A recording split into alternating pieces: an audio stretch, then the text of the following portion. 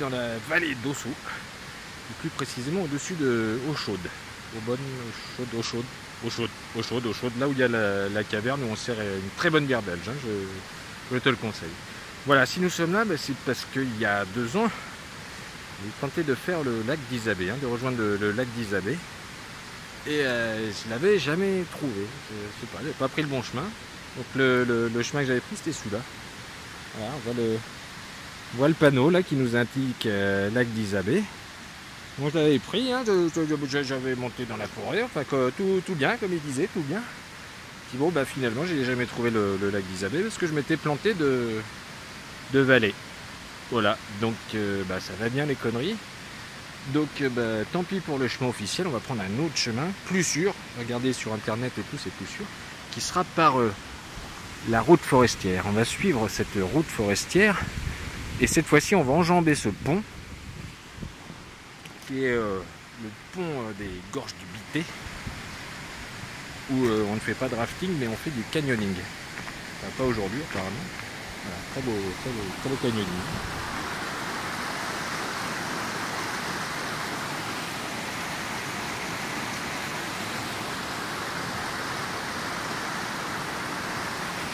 Voilà, et on va donc passer au-dessus de ce pont ce coup-ci. Et on va suivre la route forestière pour éviter de se planter comme la dernière fois et dépasser cette vallée de la Messe, que je crois, je ne sais plus comment elle s'appelle. Voilà, on va suivre ça hein, cette fois, hein, parce que ça va bien les conneries. Allez, c'est parti.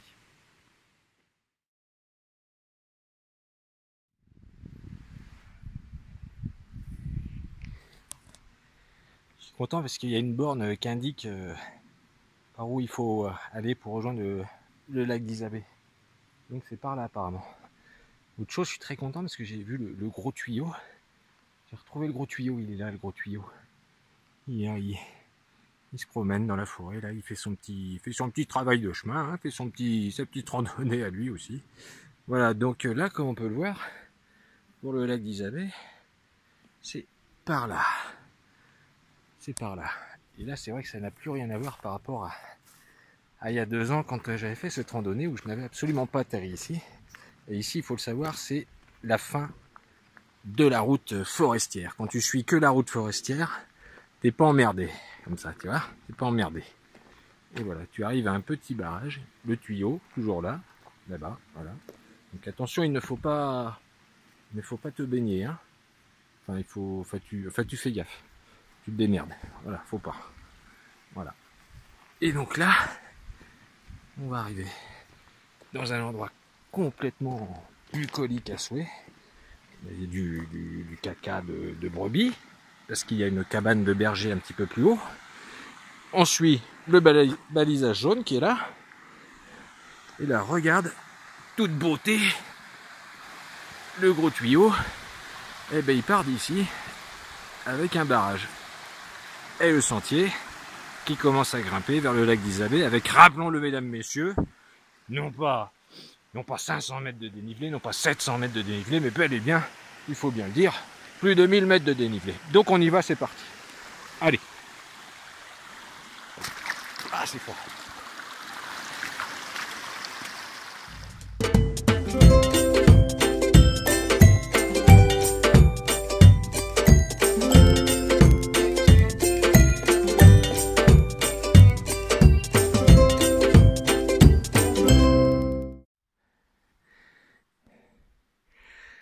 Voilà, bon, là on est bien monté, hein, c'est le premier passage du bois, de la forêt, du bois d'Isabée.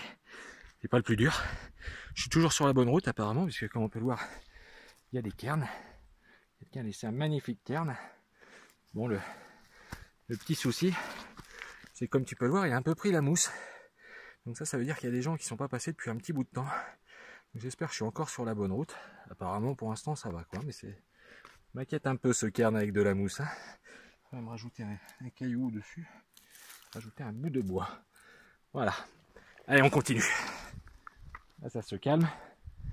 On devrait normalement sortir du bois très bientôt là, parce que là, il y a un replat comme on dit, puis le ciel est bleu.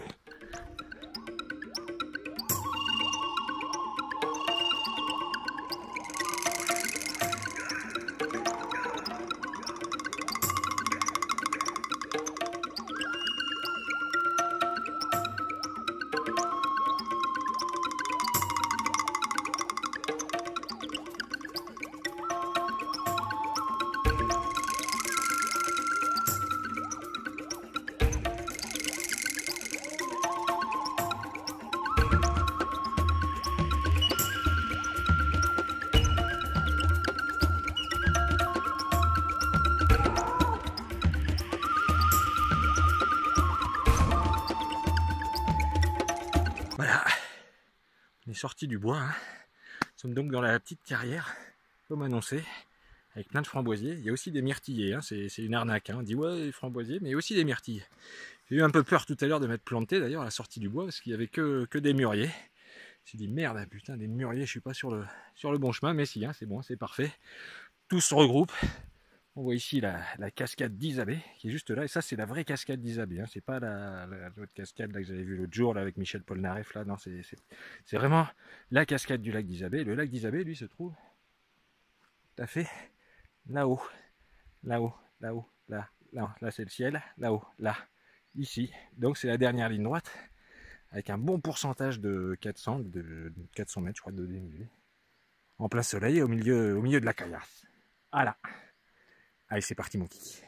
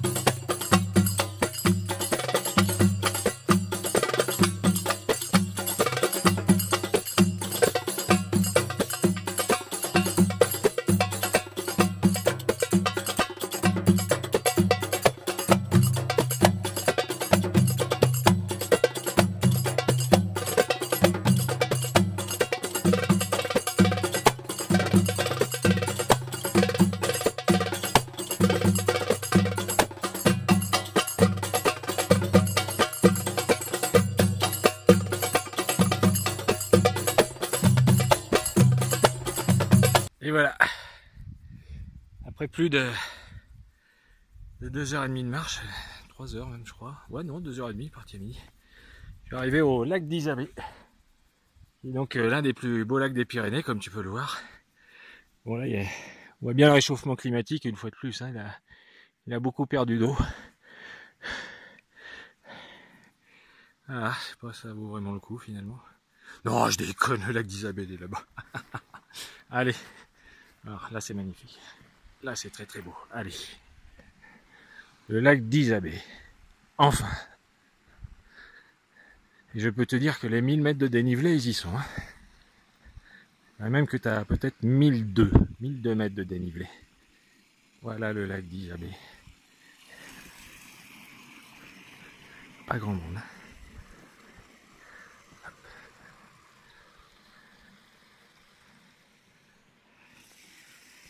Magnifique, enfin, ce n'est donc pas une légende, il existe vraiment, voilà.